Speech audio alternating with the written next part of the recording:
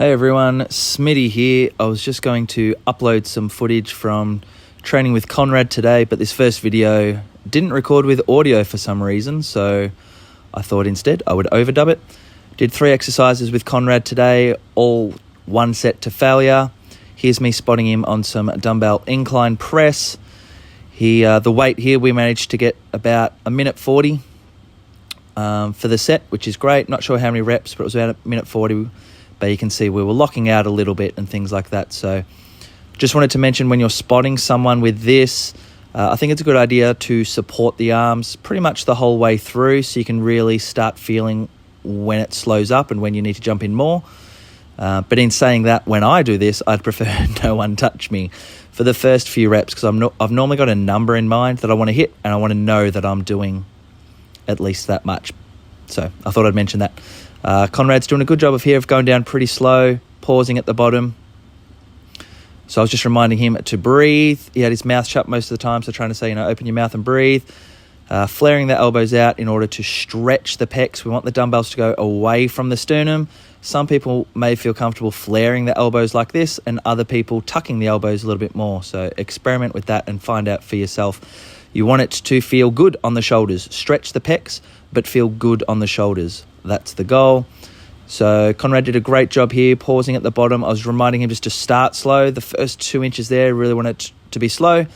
And next time I'd probably say, let's just try and not lock out as strongly. But I think on this exercise, I do it as well. I like to lock out. So pushing Conrad with the last few reps, telling him I'm going to help him heaps. What I like to do is say, go for one more, I'll help you heaps, I'll help you. And then I don't help them. When you're spotting someone, see this pace on that rep? You just want to give them enough so that they finish the rep, and then make sure that you finish on an eccentric and then down, and we smash the stand like I do on my reps as well. So that was the incline press. Conrad did well. Like I said, it was about 1:40. Then we moved on to pull-ups. Conrad is fantastic at pull-ups. He was going to do it with weight added, but I said, let's just keep it body weight and do it properly. And I think we got about 1:20 here, which is fantastic for pull-ups. So for most people, you're definitely going to want to use a band to do these properly. And in a lot of cases, just doing a light lat pull down or ring row or feet on the ground pull up might be a better option. So all I did on this was help Conrad, that initial movement there when my hands are on him there. I'm just helping him at the start so that we can keep the movement slow. I didn't want to do any jerking or jarring movements from the bottom. Even though Conrad's super strong, light and healthy, swinging from the bottom or pulling with momentum, bouncing into the bottom with momentum, it's all wear and tear, and I'm sure Conrad will be fine. But it all adds up, if you count up all the reps you do over all the different sets and reps, and if there's a little bit of wear and tear on each rep, you've got to think about where you're going to be when you're 50 and 60 years old. So there's no benefit to... if I'd let Conrad go on his own, maybe he would have got 20 reps on his own and still would have seen good results from doing that and, grown his back muscles and everything. But this way we keep it safe. It's harder. It's definitely harder. It's harder on the muscular system, therefore the cardio system. It's pretty intense. And I was pretty impressed with Conrad. I was helping a bit at the bottom, but he was doing a lot of that himself, holding at the top. He said he really felt it in the back and the biceps. He's pretty spent there. Perfect. So the next one, the last one, we did lateral raises, and just gave him a few tips on what I like to do, which is not fully out to the side. I like to go forward a little bit, kind of like a Y shape with my body.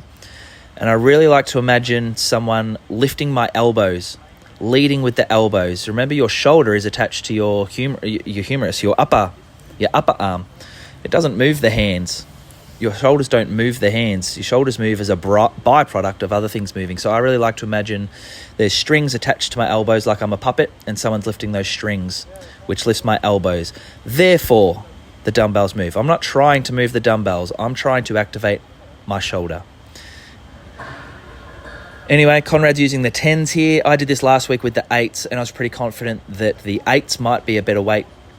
But I just let Conrad do his thing, because sometimes going too heavy, not that this is too heavy, but you'll see, sometimes you just got to learn. So I jumped in very early on this to spot because I wanted Conrad to start slow, and I wanted a hold at the top, control down, hands forward a little bit, and then see how we stopped a bit early. So we didn't go till the hands were all the way down, because the tension comes off the shoulders, and that allows the shoulders to rest.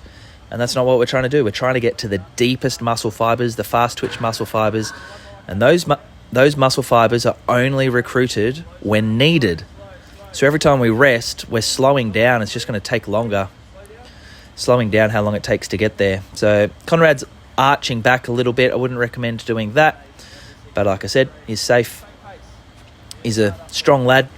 But yeah, you try not to arch back. Try to be more like that. See, that's better. So normally you might want to end a set once you find that you have to arch, especially if you don't have a spotter. So I just jump in, and like I said with the incline press before, I just give him enough to help him at the pace that we want to work at.